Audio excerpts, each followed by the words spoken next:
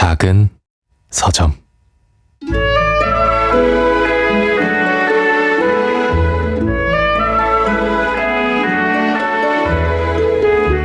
전 꽤 연배가 지긋한 사람입니다.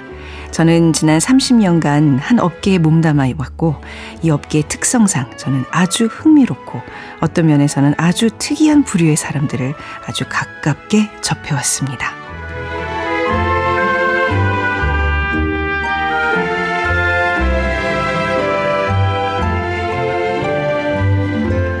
안녕하세요. 작은 서점 아나운서 최현정입니다. 허먼 멜빌의 필경사 바틀비 첫 문장으로 열었습니다. 월스트리트의 한 변호사 사무실에서 필경사로 취업한 바틀비가 업무를 거부하며 벌어지는 기이한 이야기인데요. 저 책에 대한 내용은 잠시 후 편집자의 방에서 만나보겠습니다.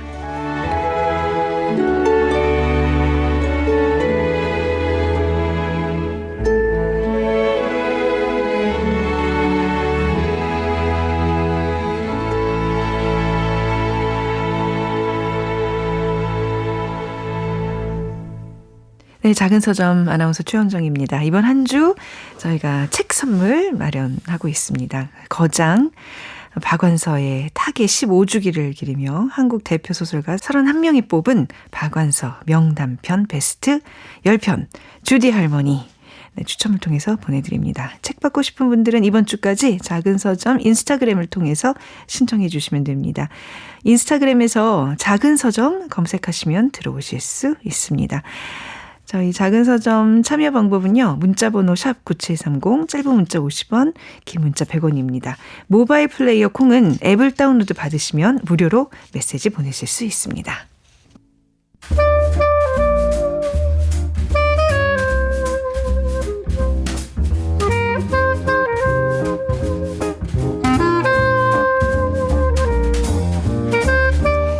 편집자들의 시대를 맞이합니다. 편집자의 방.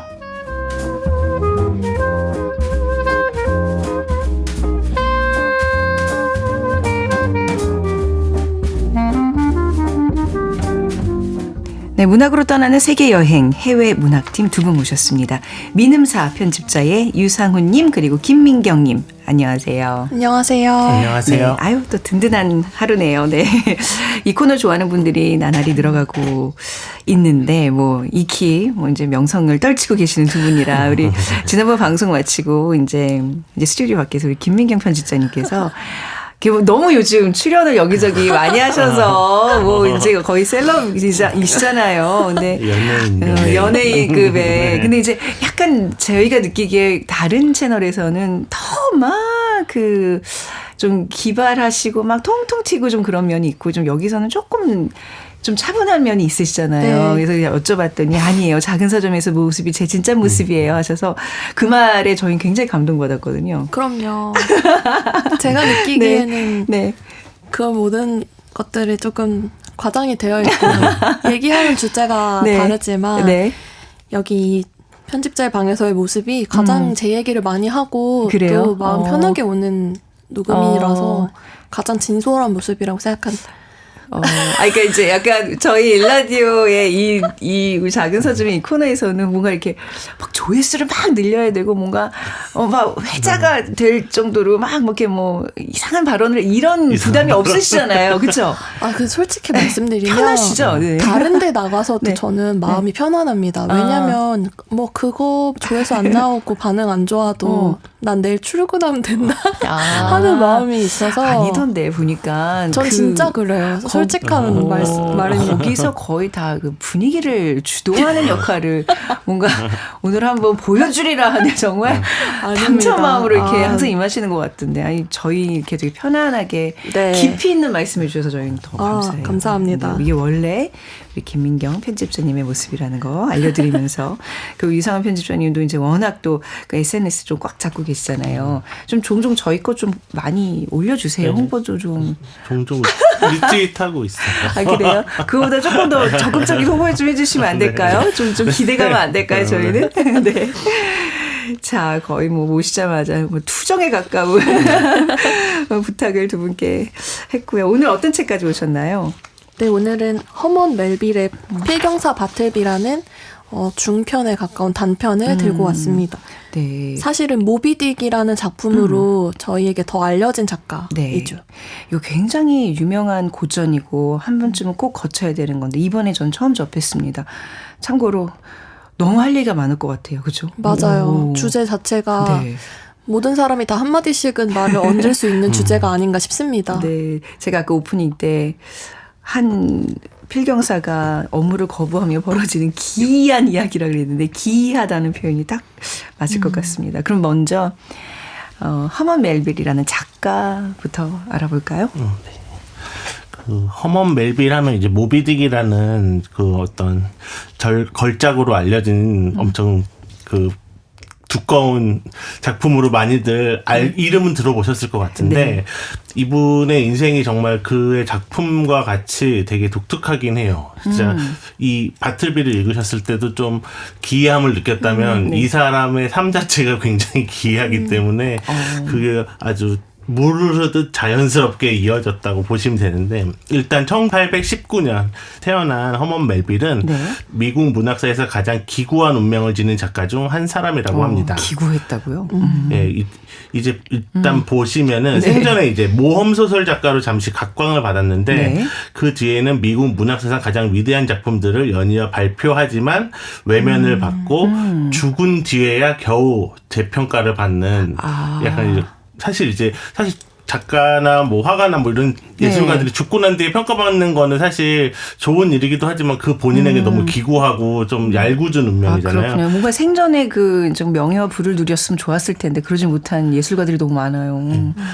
그래서 뭐 이제 뒤에도 얘기하겠지만 네. 그러한 어떤 울분과 절망이 약간 좀 반영된 작품 중 하나가 이제 폐경사 바틀비라고 보시면은 또 되게 다각도로 읽으실 수 있는 한 면이 될 것 같은데 일단 이분은 일찍부터 삶이 불안정했습니다. 네. 아버지의 사업이 실패하고 아버지가 게다가 죽음으로써 가족이 커다란 빈곤에 빠지고 멜빌은 되게 글이나 이런 문학에 대한 욕망이 강했음에도 불구하고 정규 교육을 제대로 받지 못한 채 생계를 유지하기 위해서 일찍이 일을 해야 했다고 합니다. 네. 그래서 뭐 나중에 뭐 진짜 사환부터 시작해서 그냥 되게 어린이 가르치는 선생님에 이르기까지 닥치는 대로 일을 했다고 하는데 더불어서 또 어렸을 적에 그 가난 속에서 앓은 성홍열로 인해 한평생 병약하게 살아야 했으며 시력 또한 몹시 나빴다고 합니다. 아, 그래서 시력 얘기가 이 책에도 자꾸 나오는군요. 네네네. 또요. 네. 네, 이제 1841년 이제 모비딕을 쓰게 된 계기를 마련해준 경험을 하게 되는데 바로 포경선에 승선해서 남태평양을 항해하며 원주민 사회와 광활한 해양 세계를 체험하게 됩니다.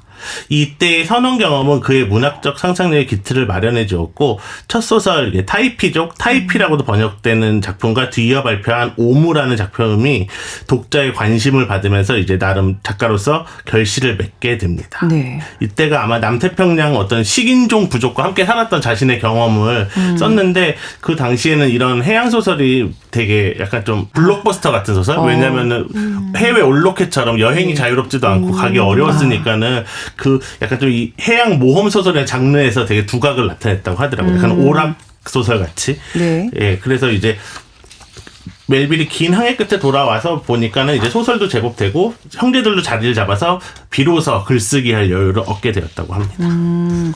해양 문학이라 그러는군요. 모비딕은 뭐 워낙 유명한 고전이라 이게 잊을만 하면 누군가가 이제 유명인이 이 책 좋다 그래서 이제 잘 팔리고 뭐 그런 책 중에 하나죠. 네. 이 책도 조금 그래도 얘기를 해주신다면요. 네. 아마 이 책도 그 모두가 알지만 모두가 읽지 않는 책 중에 하나로 손꼽히는 네네. 대표적인 책인데 맞습니다. 저도 한번 시간을 들여서 읽어봤는데 엄청 생각보다 되게 재밌어요. 우리 나중에 언제 한번 할까요? 저도 아쉽게도 아직 읽지 못했는데 정말 두껍습니다. 정말 두꺼워요. 800페이지 되나 그럴 것 같은데. 800페이지요? 네. 아. 근데 되게 구성조차 이상하고 되게 너무 독특해서 재밌는 소설이라 아무튼 되게 야심작인 걸 느낄 수가 있는데 아무튼 이제 해양 모험 작가로서 주목받았던 이제 멜빌이 그 1850년 무렵 너세니얼 호손이라는 이제 미국 문학의 아버지 개척자로 평가받는 그 사람을 만나면서부터 나 이런 오락 소설은 안 돼.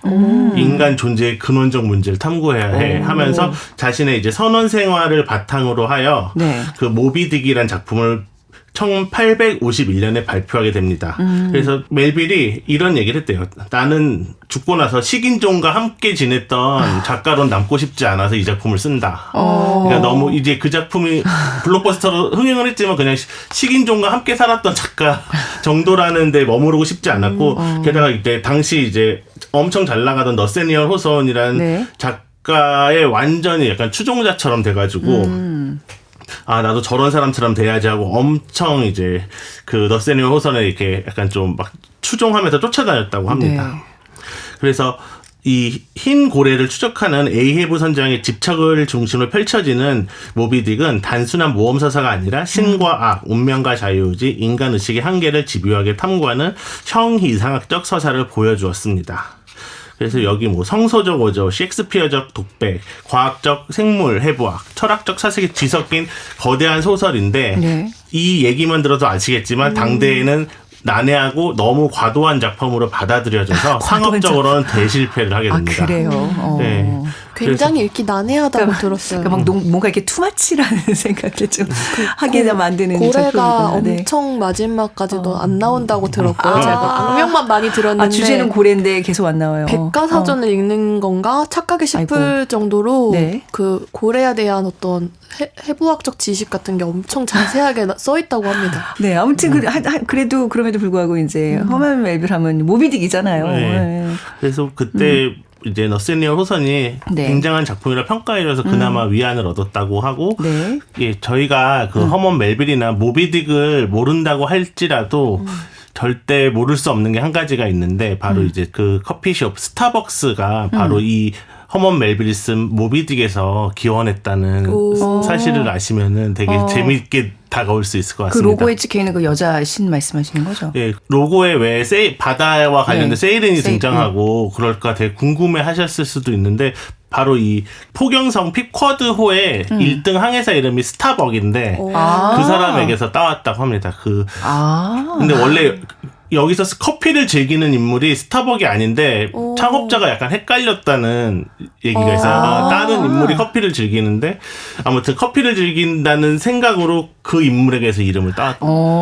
스타벅이 맛있는 커피가 된 거죠. 그렇군요. 처음 알았네요. 이런 상식 좋아요. 네, 하나 얻어갑니다. 이후에 또 이제 한편 문학병이 한번 드니까는 다시 예전으로 이제 예술병에 빠져서 이분이 삐에르 혹은 모호함이라는 작품을 연이어 발표합니다. 그 문학병이라고 하시면 그러니까 이제 그러니까 대중과는 완전히 동떨어진 완전 예술적 구도자적 단계에 빠진 거예요. 그래서 이제 제가 생각할 때 이 삐에르 혹은 모호함 이게 번역이 되어 있는데 네. 이 작품은 한술 더 뜨는 내용이에요. 주인공 삐에르는 너무 완벽한 친구인데 어느 날 자기 아버지의 사생아 이사벨이라는 여자가 있다는 그 정보를 받고 그 여자를 관찰하던 중에 가엾게 사는 그 모습에 너무 연민을 느껴서 네. 지금 약혼이 해갖고 이제 결혼하게 생긴 판국에 약혼을 파기하고 그 이복 누이랑 결혼을 하기로 해요. 왜냐하면 아버지의 유산을 조금이라도 주기 위해 한다는 목적으로. 근데 너무 말이 안 되는. 그래서 파국으로 치닫는 내용이거든요. 네. 너무 이상한 선택을 통하여. 그래서 지금 봐도 이걸 내가 제대로 이해한 게 맞나 싶을 정도로 갑자기 이복 누이랑 결혼이라는 초강수를 드는 그런 거. 뿐만 아니라 되게 난해한 문체로 결국 쓰여서 결국 이것도 결국 외면을 받게 됩니다. 그리고 그 혹평이 그러니까 자신은 엄청 그 야심작으로 썼던 모든 작품이 혹평을 받자 네. 그 이후에 나왔던 게 바로 바틀비거든요. 그래서 이 상황에서의 멜빌과 이 바틀비를 한번 약간 중첩해서 생각해보는 것도 되게 재미있는 것 같습니다. 네. 그래서 이후 이제 오늘날 걸작으로 평가받는 단편소설 필경사 바틀비, 중편소설 베니토 세레노 이것도 내놓지만 또 외면 받는다고 합니다. 그래요. 외면의 연속이었군요. 작가로서 힘든 나날들이었을 텐데. 예, 그래서 결국 생계가 유지하기가 어려워져서 세관검사원으로 결국 이제 나이 들어서 이제 일을 할 수밖에 없는 상황에 이르게 되고 그 다음에 이제 부고가 났을 때도 헨리 멜빌이라고 잘못 난 데다가 네. 모비딕에도 철자가 틀리게 나가지고 거의 이제 그러니까 마지막 말년에는 거의 잊힌 작가가 되어버렸어. 이제 나의 부고기사에 이름도 잘못 나오고 뭔가 나의 그 위대한 작품들이라고 생각했던 것도 이제 표현이 잘못됐다면 정말 나는 왜 살았을까 이런 생각이 들 것 같아요. 되게 불행한 일이네요, 진짜. 그렇지만 20세기 초에 멜빌 르네상스라 불리는 재평가 흐름 속에서 작품이 새롭게 읽히기 시작하고 다층적인 문화적 상징과 파격적인 장르 호담, 존재론적 불안과 인식의 불완전성, 더 나아가 섹슈얼리티에 이르기까지 모더니즘 문화가 깊이 공명하게 되었다고 합니다. 네. 그래서 결국 모비딕은 미국 문화의 기념비적 작품으로 자림하게 되었고 인간이 이해할 수 없는 세계에 맞서 의미를 추적하는 서사의 원형이 되었다고 합니다. 그래서 참 그 문학가 그리고 예술가로서 엄청 집요하게 자신의 세계를 구축했음에도 불구하고 결국은 대중의 외면이 연이어지면서 당대에는 인정받지 못했지만 결국 나중에 시간이 한참 흐른 뒤에 진가를 인정받은 약간 뭐 우리가 생각하는 막 그런 고호 같은 느낌의 그렇네요. 작가라고 보시면 돼요. 근데 하는 짓도 약간 비슷했어요. 기이한 일들을 많이 했어요. 자해를 한다거나 뭐 그랬어요. 아니면 그러니까 지금은 이제 이어서 말씀드리자면 네. 그 러셀리언 호선하고 허먼 멜빌을 그냥 같은 미국 문학의 아버지로서 네. 생각을 하고 있는데 그 당시에는 멜빌은 되게 그 호선은 되게 태양 같은 존재라면 멜빌은 달 같은 존재여가지고 예를 들어 양처럼 그렇구나. 네. 호선은 되게 성격도 좋고 잘 나가고 인정도 받았던 데 비해서 멜빌은 좀 어둡고 약간 좀 이런 너무 사색적이고 약간 음침한 구석을 갖고 있었다고 해요. 그래가지고 이제 그 멜빌이 호선을 만났을 때 호선의 지성에 매료되었고 네. 예술성에 사로잡혔으며 그의 불가사의한 성격에 매혹되었지만 두 사람의 우정은 각자에게 다른 의미를 지녔다고 주변 사람이 평했다고 해요. 그래서 멜빌이 호선에게 보낸 편지는 성적 흥분감으로 가득했고 멜빌은 자신의 작품을 호선에게 헌정할 정도로 좋아했지만 호선은 항상 그걸 너무 부담스러워했다고 합니다. 부담스러웠을 것 같아요.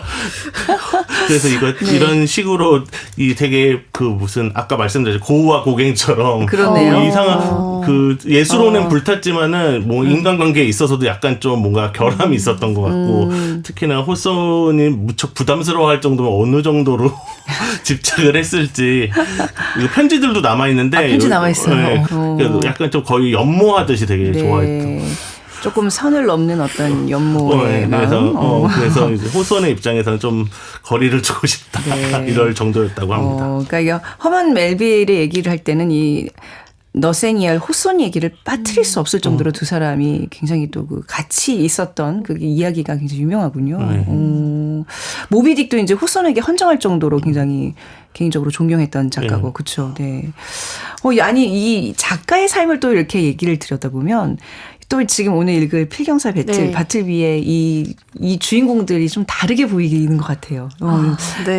한번 그러면 우리 오늘 작품 속으로 좀 들어가 보도록 하겠습니다. 줄거리 굉장히 간단하지만 그래도 우리 민경님께서 재밌게 좀 얘기해 주시기 바랍니다. 네. 주인공은 변호사 사무실에서 변호사로 일하고 있는 나가 주인공인데요. 월스트리트 1850년대에 월스트리트에서 변호사를 하고 있는 인물입니다. 약간 도전적이고 새로운 성취를 이끄는 그런 야망에 찬 인물이라기보다는 안전하게 부동산 채권 거래 같은 걸 하면서 좀 평탄하고 안정적인 삶을 추구하는 그런 변호사인데요.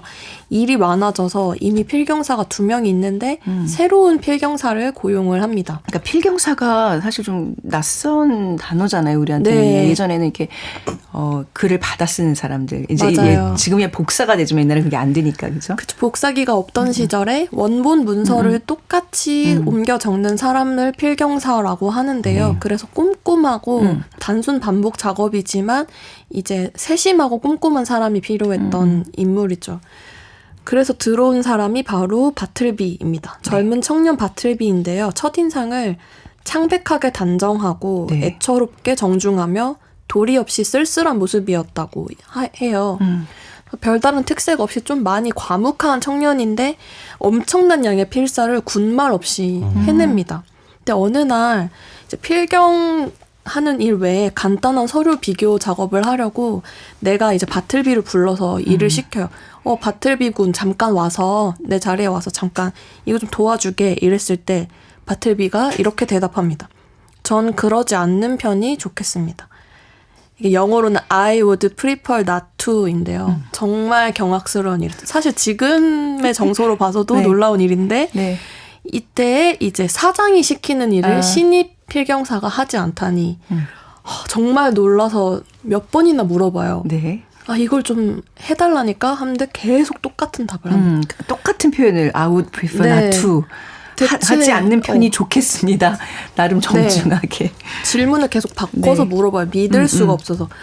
그러지 않는다고 생각할 이유가 뭐야? 하고 싶지 않은 이유가 뭐야? 라고 해도 네. 그러지 않는 편이 좋겠습니다. 네. 전 대답하지 않는 편이 좋겠습니다. 하고 너무 엽기적인 일이 일어나요. 그래서 다른 이제 필경사들도 와서 정말 이상한 사람인 것 같습니다. 막 한다든지 혹은 사장님이 처리를 하셔야 될 것 같습니다. 막 이렇게 얘기를 하는데 그 외에도 엄청 사소한 업무를 시켜도 정말 사소한 일이라도 본인의 일을 벗어나는 일이면 똑같은 대답을 하는 거예요. 네. 예를 들어서 잠깐 우체국에 심부름 좀 다녀오라고 해도 전 그러지 않는 편이 좋겠습니다. 아니면 이렇게 서류를 매듭을 묶고 있는데 여기 옆에서 잠깐 이거 노끈 좀 눌러주게 해도 전 그러지 않는 편이 좋겠습니다. 싫어요, 네. 못하겠어요도 아니고 꼭 그렇게 표현을. 저는 이 말이 계속 반복되잖아요. 맞아요. 전 그러지 않는 편이 좋겠습니다. 네. 그래서 이게 처음에 개그 코드인가? 왜 우리 예능이나 개그 보면 약간 유행어처럼 뭘 하나를 계속 밀고 나가잖아요. 저는 약간 네. 이걸 어떻게 이해해야 되지? 하면서 굉장히 저도 약간 경악하면서 계속 진짜 봤거든요. 너무 어이없고 황당해서 네. 헛웃음이 나오긴 하고 그러면 다른 필경사라도 좀 불러와 주게라고 해도 전 그러지 않는 편이 좋겠습니다라고 대답을 해요. 네. 근데 나는 바틀비를 혼내야 될지 해고를 해야 할지 아니면 잘 구슬러야 할지 혼란에 빠져 있는데요. 주변 사람들한테도 막 물어봐도 다 똑같은 대답을 해요. 해고해라. 근데 어쩐지 마음속에 드는 연민 때문에 해고를 하지 못하고 있어요. 네. 근데 어느 날 주말에 일하지 않는 날에 사무실에 들렀더니 또 경악할 만한 일이 일어납니다. 바틀비가 문을 안에서 살짝 열더니 지금 제가 뭔가 하는 중이라 지금은 안으로 오시지 않는 편이 좋겠습니다. 조금만 있다가 오세요 하고 문을 다시 닫아버린 거예요. 사장한테. 거기서 숙식을 해결하고 있었던 거죠. 바틀비는. 네. 이걸 어떻게 해야 되나 하는데 결국에는 딱 하나 유일하게 하던 일인 필경하는 일도 그만둔 채 사무실 구석에 창문을 쳐다보면서 멍하니 서 있게 됩니다. 네. 과연 바틀비는 어떻게 될 것인가 하는 내용입니다. 과연 어떻게 될까요, 여러분? 안 읽어보신 분들이라면 이게 뭐야? 잘라야지. 너무 명확하잖아요. 답은 나와 있잖아요. 신입을 들였는데 일을 시켰는데 안 해요. 그것도 계속 전 그렇지 않는 편이 좋겠습니다. 다른 말 없이 계속 이 말만 반복하고 있으면 이건 사람 잘못 뽑은 거 아닌가요? 이럴 줄 모르고 뽑은 거. 그 말이 절로 나오죠. 네, 그러니까 사람을 너무 거르지 않고 그냥 뽑았다는 그 죄? 이 주인공의 그 원죄인 것 같아요, 저는. 네, 결국에는 이 사람을 이해할 수 있는 어떤 결론은 보여주지 아닙니다. 않아요. 끝까지 네. 이해하지 못한 채로 결말로 완결되죠. 네. 그러니까 이따 다 얘기를 하겠지만 네. 사실 바틀비도 바틀비인데 이 주인공 나도 사실 정상 아닙니다. 그렇죠. 네. 자, 아마 여기까지 줄거리 듣고 계시는 분들이라면 그래서 얘기가 어떻게 될 거야? 하지만 굉장히 또 우리가 생각해 볼 지점이 많은 이야기라는 거 좀 말씀드리면서 노래 한 곡 듣고 오겠습니다. 사이먼 앤 가펑클의 I'm a Rock 한번 같이 들어볼까요? 네, 작은 서점 최현정입니다. 편집자의 방 오늘은 해외문학팀 민음사의 김민경, 유상훈 편집자 두 분과 함께하고 있습니다. 오늘 미국의 월스트리트를 배경으로 한 단편소설 허먼 멜빌의 필경사 바틀비 소개해드리고 있는데요. 자, 노래 듣기 전에 신입이 들어왔는데 시키는 일을 족족 나는 그렇지 않는 편이 좋겠습니다 하면서 거절하고 다른 변명도 안 해요. 그냥 그야말로 쌩하니 자기 자리로 돌아가 버리는, 눈도 안 마주치고 이런 사람이랑 같이 일할 수 있다는 거. 혹시 두 분 직장 생활하면서 이런 캐릭터랑 같이 마주한 적 있어요? 혹시 본인들이 그런 거 아니에요? 근데 제가 그게 말씀드리려고 했는데 네네. 전 항상 주기적으로 그런 공포가 찾아오긴 해요. 혹시 내가 여기서 가장 특이하고 신기한 캐릭터이면 어떡하지? 하는 네. 그래요? 그런 걱정을 하세요? 걱정이 들 때가 있어. 소외감이라고 해야 될까? 왜냐면 제가 이제 MBTI로 치면 E 외향형인데 제가 알기로 편집부에서 거의 저만 외향형인 것으로 알고 있고 다른 매체에 나가는 네네. 일들이나 네네. 거기서 막 까부는 일들도 사실 편집자로 쌓아온 선배들이 쌓아오신 어떤 그런 구축된 이미지랑은 좀 다르다고 네. 생각하거든요. 그러다가도 그럼 뭐 나 정도면 정상이지 이렇게 생각하다가 제가 재작년 연말에 회사에 이제 사람이 오가고 부서가 뭐 통합되고 바뀌고 하면서 자리를 이동해야 되는 일들이 있잖아요. 네. 근데 자리 때문에 굉장히 날이 서고 예민해지고 막 화가 나고 막 다른 사람들을 이렇게 적으로 생각해지는 이 모습 자체가 정상성에서 굉장히 벗어났다 이런 걸 느꼈어요. 그러니까 그런 생각은 처음 해본 거예요. 그런 자기 진단이 가능하다는 얘기는 정상이란 얘기예요. 근데 그런 그 중세 시대도 아니고 십자군 전쟁처럼 내 땅을 조금이라도 좁히면 안 된다. 막 누가 더 좋은 자리에 갈 것이냐. 그러기 위해서 누구한테 어떤 얘기를 해야 될 것이냐. 어떤 정치적인 그런 일들이 너무나 많죠. 이 조직에서 네. 어떤 자리에 누구 옆에 앉냐는 이건 굉장한 그 함의를 갖고 있는 일이거든요.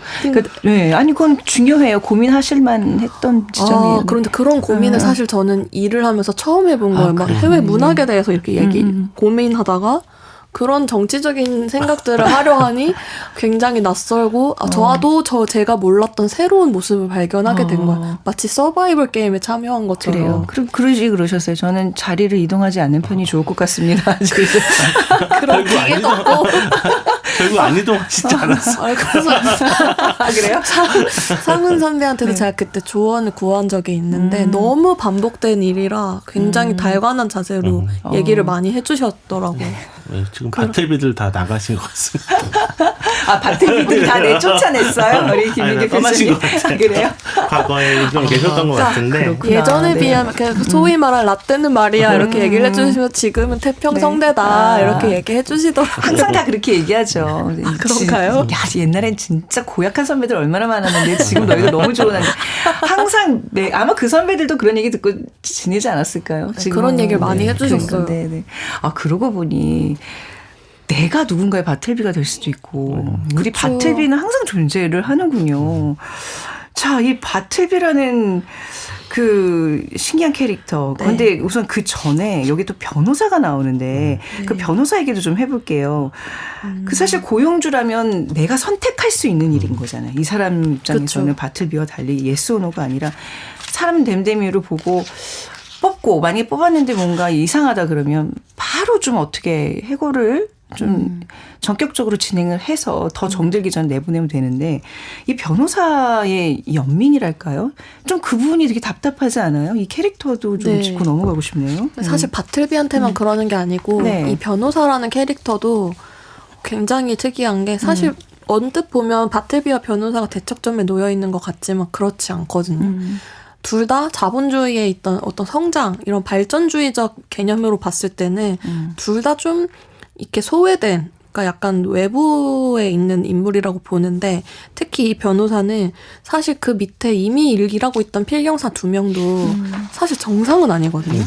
반나절씩밖에 일을 안 해요. 터키 씨와 니퍼 씨. 그렇죠. 뭔가 조울도 굉장히 심하고 그렇죠. 네. 그래서 그 합치면 한 사람의 목밖에 못하는 사람들이잖아요. 그런데도 네. 사실 고용주인데도 풀타임 근무를 시키면서 2명이 일을 제대로 안 하고 있는데도 그냥 뭐라고 해야 될지 모르겠는 어떤 무력감, 우유부단함, 연민 때문에 그걸 그냥 보아 넘기고 있어요. 네. 심지어는 저는 어떻게 생각하냐면 바틀비가 그냥 똑같은 자세로 필경만 계속 했더라면 이대로 유지가 됐을 거라 생각하거든요. 그렇네요. 왜냐면 자기들도 모르게 바틀비 말투가 옮겨붙는 일이 붙어요. 저는 그러지 않는 편이 좋겠습니다를 서로 자기들끼리 얘기할 때 하고 있는 거예요. 네. 그렇게 동화되고 융화될 수 있었던 것 같은데 그런 것도 사실 저는 변호사가 고용주로서 저희가 생각하는 그런 일반적인 또 자기 사업을 생각하고 네. 그 손익을 따지는 그런 변호사랑 거리가 많이 멀다고 생각했고 바틀비도 당연히 너무나 이상하게 느껴지겠지만 어쩐지 모르게 그런 일을 계속 그런 말을 계속 반복하고 기행을 벌이는데 어떤 자기만의 신념 혹은 자기가 지키는 태도가 있는 것처럼 보여진단 말이죠. 그래서 그게 좀 두 인물 둘 다 이상하다 이런 결론 내릴 수가 있는데 둘 중에 더 공감이 가는 인물이 있을 수 있을 것 같아요. 저는 아까 전에 유상원 편집자님이 이제 이 허먼 웰빌의 다른 소설에 이제 자기 이복 동생에게 더 많은 아버지 유산을 남겨주기 위해서 결혼을 하는 그런. 근데 거기서 또 연민이라는 단어를 쓰셨잖아요. 그러니까 이 작가 자체가 이런 주인공들을 통해서 그 연민을 되게 실천하는데 그 연민이 결국 모든 거에 다 파국을 불러오는 그런 구도가 좀 반복되는 것 같다는 생각이 들었어요. 결국 누구에게도 도움이 안 되는 이 바틀비 이 사람도 결국은 나중에 자기의 어떤 정상적인 삶을 영위 못하게 되는 거잖아요. 여기서의 이 경험 때문에. 그렇죠? 어떻게 보셨어요? 이거 되게 오랜만에 읽었는데 네. 너무 예전에 읽었을 때랑은 또 다르게 다가오긴 하더라고요. 직장 생활을 하고 나서 네네네. 맞아요. 직장 생활에서 저런 사람이 있었으면 어땠을까 있었던 것 같기도 하고 막 이런 생각이 들면서 되게 그렇게 읽혔는데 예전에는 이 허먼 멜빌이 모비딕에서도 그 되게 유명하게 시작하잖아요. 내 이름은 뭐 이스마일이라고 하자 이런 식으로 하는데 여기서도 그냥 내가 어떤 변호사들 이렇게 얘기를 하면서 시작하잖아요. 그래서 일단 이 변호사가 되게 믿을 수 없는 화자라고 생각을 해가지고 네. 이상하기도 하고 엄청 둘 다 사실 공감할 수는 없죠. 바틀비도 이상하고 이 사람도 이상하기 때문에. 근데 근데 이제 일하는 직장 동료들 다 이상하죠. 말씀하신 것처럼 리퍼랑 터키랑 네. 그다음에 그 과자주는 진저너트. 근데 그리고 이름이 다 별명으로만 불리고 이름이 그나마 있는 건 바틀비인데. 맞아요. 근데 아무튼 이게 너무 이상해가지고 이 사무실 자체가 너무 이상해가지고 맞아요. 이 사무실을 결성한 이 변호사가 변호사인 건 맞을 거 약간 좀 그냥 되게 무슨 환자 약간 정신적 질환 있는 환자가 여러 가지 인격에 대해서 탐구하고 있진 않나 이런 생각이 들 정도로 진짜 그러고 보니 새로운 해석에는 어떻게 보면 좀 약간 정신병동의 축소판 같은 느낌도 드네요. 다 한 명 한 명 정상이 아니네요. 왜냐하면 사실 월스트리트에서 변호사로 그쵸. 일하는데 이렇게 일을 하고 있다는 게 믿겨지지가 않을 정도예요. 그리고 여기서도 되게 특이한 부류의 사람들을 많이 만나봤다고 하잖아요, 이 사람이.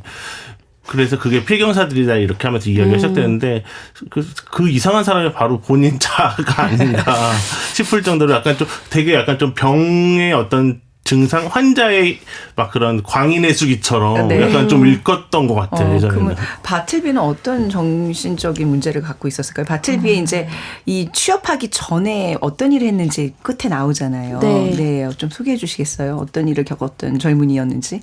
사실은 이제 바틀비가 결국에는 불법 주거 침입죄로 불황자여서 이제 부양할 가족이 없으니까 교도소에 갔다가 결국엔 거기서도 먹는 것까지 거부하면서 생을 마감하게 되는데요. 그러고 나서 이제 변호사도 바틀비의 과거사를 알게 되는데 사실은 워싱턴 근처에서 우체국의 말단 직원이었는데 거기서 하던 일이 배달 불능 우체물을 수거하는 일이었어요. 그러니까 더 이상 배달할 수가 없게 된 우체물들을 분류해서 수거하는 정말 어떻게 생각해보면 의미가 없고 보람이 없는 일을 하다가 그것도 해고가 되어서 필경사가 된 청년이었던 거죠. 그러니까 누군가가 죽어서 혹은 주소가 바뀌어서 수취인이 이제 없기 때문에 배달할 수 없는 것들을 정리하는 건데 그러면 그 정리하면서 그 많은 편지들의 안에 내용들 뭐 그 안에는 뭐 정말 반지도 들어있을 수 있을 테고 그렇죠. 뭐 돈도 들어있을 수 있을 모든 사람들의 정말 말 못할 사연들을 이 바틀비는 그 젊은 나이에 이걸 다 접했던 거잖아요. 거기서 뭔가 상처가 우울이 좀 꼽히지 않았을까? 이렇게 좀 해석을 해야 되는 건가요? 사실 이게 앞서 말씀해 주셨듯이 모더니즘에 다시 들어와서 각광받았던 이유가 엄청나게 다양하게 해석을 할 수 있기 때문이라고 생각을 하거든요. 굉장히 많은 지점이 비어있기 때문에 바틀비를 되게 다양하게 해석을 할 수 있는데요. 말씀해 주신 것처럼 그런 예전에 있었던 일 때문에 우울증에 시달리고 있어서 점점 작아지고 있는 현대인 이렇게 볼 수도 있고 자본주의에 저항한 소극적 저항을 한 영웅이라고 보는 해석도 있어요. 그런 무의미한 노동에 저항한다. 나의 존재 자체로 저항한다. 소심한 저항을 한 거죠. 내가 주어진 일 외에는 하지 않겠다. 근데 주어진 일도 기본적인 업무도 안 한 거잖아요. 좀 자기 일인데도 안 하는 그 거잖아요. 그마저도 자본주의가 심은 노동자가 심은 생각이다라고 말하는. 아니 근데 이게 뭐 거죠. 악덕 어떤 사업주도 아니고 이 정도면 본인을 연민의 눈으로 애써 잘해주는 사람한테 굳이 이래야 돼요? 고용주에게 잘 보여야 한다. 이것도 참, 네. 그런 거예요? 그렇게 보는 그런 거예요? 해석이 있고 아니면 바틀비는 실존하지 않는다.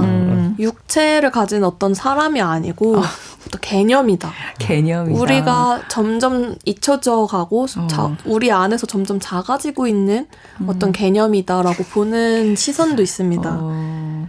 그러니까 항상 우리가 yes or no 뭔가 이게 이제 이렇게 수직적인 조직 문화에서 어떤 일을 하달받았을 때, 네, 알겠습니다. 열심히 하겠습니다. 근데 이거는 너무 어려운 일이라 계속 그 변명을 해야 되고, 그런 것들, 그러니까 yes or no로 선택하지 않음으로써 나를 증명하는 그런 존재? 근데 그게 저는 너무 말이 안 된다고 생각했거든요. 그러니까 개념적으로는, 관념적으로는 무슨 얘기인지는 알겠지만, 네. 그러면 취업을 해서 월급을 받아가면 안 되죠. 도대체 무슨 이 바틀빌통이 사고 싶었던 어떤 인간 군상을 말하고 싶었던 걸까요? 저는 아직도 좀 이해가 안 가서. 여러 가지 해석이 있는데 되게 우화 같기도 하고 되게 알레고리가 있기 때문에. 네. 근데 앞서 제가 이거는 진짜 하나의 해석일 뿐이지만 앞서 얘기했듯이 허먼 멜빌의 그 인생과 어느 시기에 이 작품을 썼는지를 한번 보면은 네. 모비딕 대실패, 피에르 혹은 모함, 혹평. 다음에 이거 바틀비를 썼는데 이것마저 뜨뜻미지근 이 상황에서 네. 이름을 갖고 있는 캐릭터는 바틀빌밖에 없잖아요. 이 작품에서. 결국 자기 자신이 어떤 것 같다는 느낌이 들고 그 데드레터라는 그 수치 불응되는 편지를 계속 태웠다는 것도 자기 작품 그러니까 내가 이러고 싶지 않았다고 얘기하는 거는 너 이제 다시 해양 뭐 대중적인 소설 써 먹고 살려면이라는 어떤 압박이 있었겠지만 난 그러고 싶지 않다는 의사 표현을 꾸준히 하고 결국 이 바틀비가 원래 했던 일이 데드레터라는 그 수치 불응 편지를 태우는 거였는데 자기가 되게 애타게 썼던 그 편지들도 애탄 내용이 있었을 거라고 네네. 변호사가 얘기하잖아요. 근데 그런 내용의 작품을 썼는데 결국 다 불태워진 거잖아요. 그 대중에게 도달하지 못하고. 네네.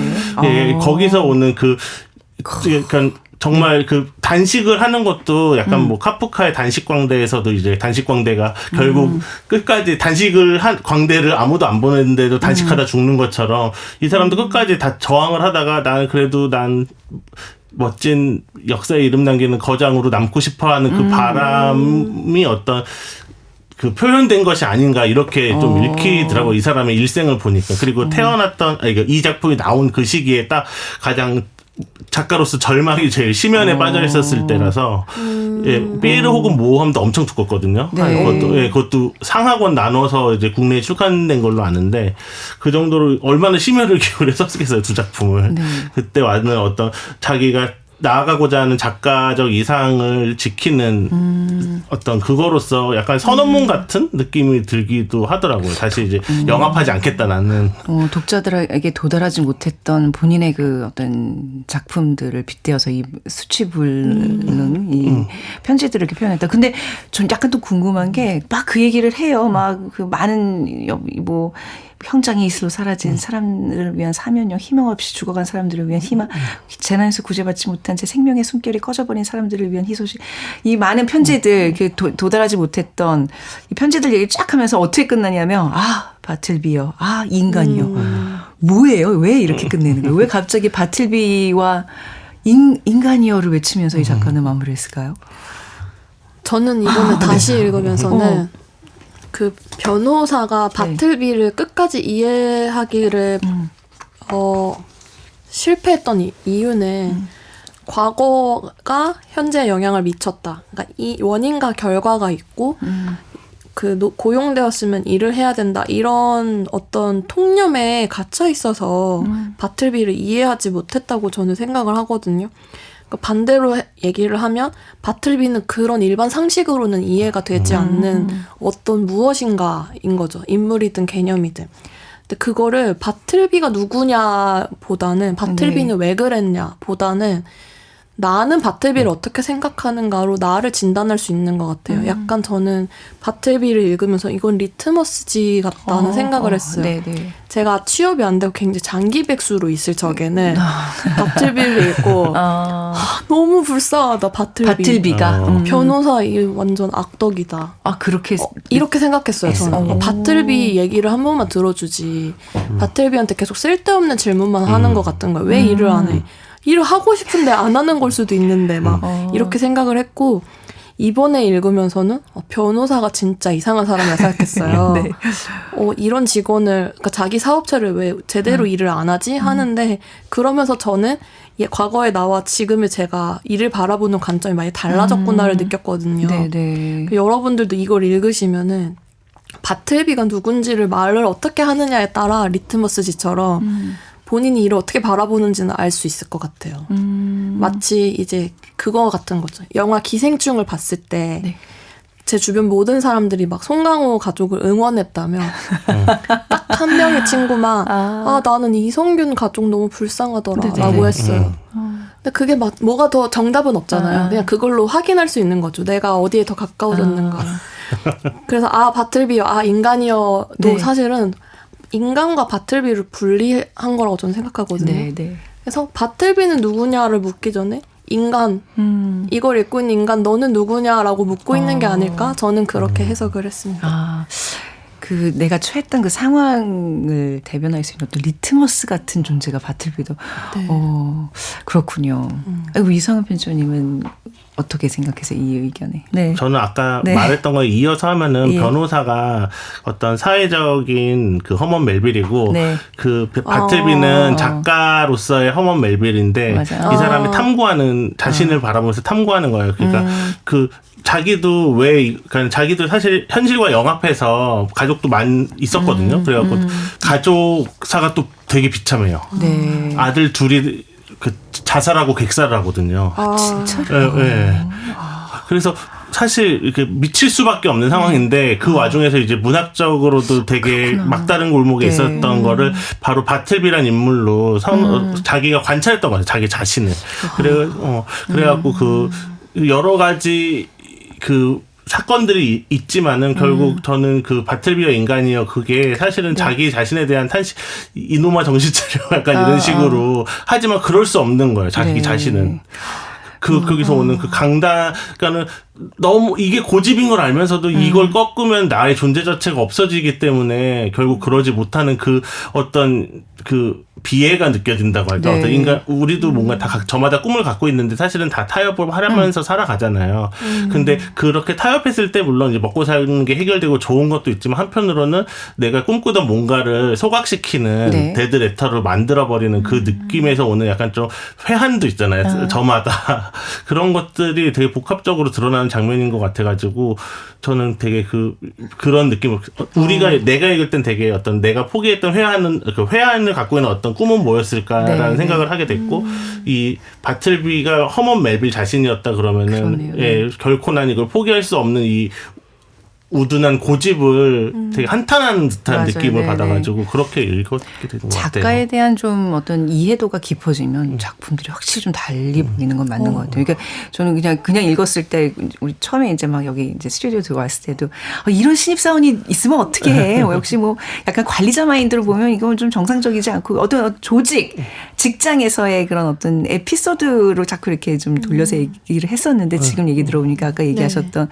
이 작가는 인간 존재의 근원적 문제를 다루는 그런 작가다라는 그런 면에서 이 바틀비라는 캐릭터가 결코 가볍지 않고 진짜 많은 고민거리를 던져주는 그런 캐릭터였구나. 다시 오늘 상훈 생각합니다. 편집자님 얘기를 들으니까 또 새로운 해석을 할 수 있을 것 같은데 그 변호사 사무실이 사실은 다 나의 내면이고 내면 속에 있는 나의 다른 자아들이 아닐까. 그러네요. 터키시 같은 면이 있고 뭐 인사이드 니퍼시 아웃처럼. 약간 인사이드 그런 아웃. 느낌 아닐까? 누가 방에서 나가고 누가 주도권을 잡을 것이냐 내면 속에 있는 문제일 수 있겠다. 그러네요. 라는 생각도 드네요.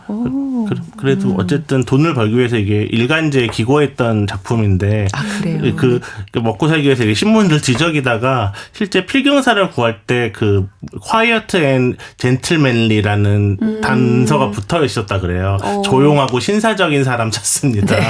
그래서 이 조용하고 신사적인데 이렇게 어떤 파괴적인 일이 벌어질 수 있을까 막 이런 상상에서 착상을 했다는 그 얘기가 있더라고요. 제가 이제 요 좀 굉장히 재밌지만 뭔가 결론이 안 난다 싶어서 사실 이제 좀 그러지 않는 편이긴 한데 좀 독서하면서 이번 편은 좀 다른 그 감상평이나 이런 거를 여기저기서 좀 찾아봤었거든요. 근데 단언컨대 오늘 두 분이 해주신 얘기가 가장 깊이 있고 뭔가 근원을 건드리는 좋은 감상평이 나오지 않았나. 바틀비 전문가십니다. 이 바틀비 저 바틀비 많이 보셔가지고 뿌듯한 그 생각을 하면서 우리 마무리하기 전에 그래도 소설의 좀 인상적인 장면들 좀 부분 좀 낭독을 좀 두 분께 부탁을 드리면서 이 시간 좀 정리해 볼까 합니다. 먼저 우리 상우님 좀 읽어주시겠어요? 네. 사실 이렇게 딱히 이게 이상하게 또 뽑아 읽을 구절은 많지 않아요. 전체적으로는 맞아요. 너무 좋은데 그래서 저희가 그 변호사의 어떤 심경을 대변하는 짧은 단락을 읽겠습니다. 사상 유례가 없고 또 엄청나게 비합리적인 방식으로 철저하게 패배하게 되면 사람은 자신의 평소 신념을 의심하기 시작하는 법입니다. 다시 말해 뭔가 이해할 수 없는 결과이기는 해도 모든 정당성과 합리성이 상대에게 있다고 생각하기 시작하는 것입니다. 저도 비슷한 맥락에서 이제 변호사의 심정을 알 수 있는 대목을 꼽아봤는데요. 아까 그 주말에 바틀비를 숙식하고 있는 걸 보고 충격을 받아서 자기 혼자 생각해보는 대목인데요. 여기에서 변호사가 얘기하는 이 연민이 좀 많이 공감이 가서 한번 읽어드리도록 하겠습니다. 맨 처음 저의 감정은 순수한 우울함과 진지한 연민이었습니다. 그렇지만 바틀비 군의 외로운 처지에 대해 더 많이 생각하게 되면서 그 우울함은 서서히 공포로 바뀌었고 연민은 혐오로 변해갔습니다. 비참한 정황을 직접 목격하거나 그에 대해 생각하게 될 때 그 정도가 일정 선을 넘지 않는 한에서만 애정을 느끼게 되지만 그 선을 넘어서면 더 이상 애정이 우러나지 않게 된다는 말은 정말 맞는 말이기도 하고 또 실망스러운 말이기도 합니다. 사람의 본성에 내재한 이기심 때문에 그런 것이라고 단언하는 사람들이 있다면 그 사람들은 잘못 생각하고 있는 겁니다. 그런 현상은 오히려 과도한 기질적 질환을 치유하는 것은 불가능하다는 절망감에서 기인한다고 해야 할 것입니다. 감수성이 풍부한 사람에게는 연민이 곧 고통인 경우가 흔합니다. 그리고 그런 연민이 실질적인 구원으로 이어질 수 없다는 사실이 명백해지면 그 연민을 미련 없이 버리는 것이 상식에 맞는 일입니다. 그날 아침 제가 목격한 것은 바틀비라는 필경사가 치유 불가한 내재적 질환을 앓고 있다는 사실을 깨닫게 해주었습니다.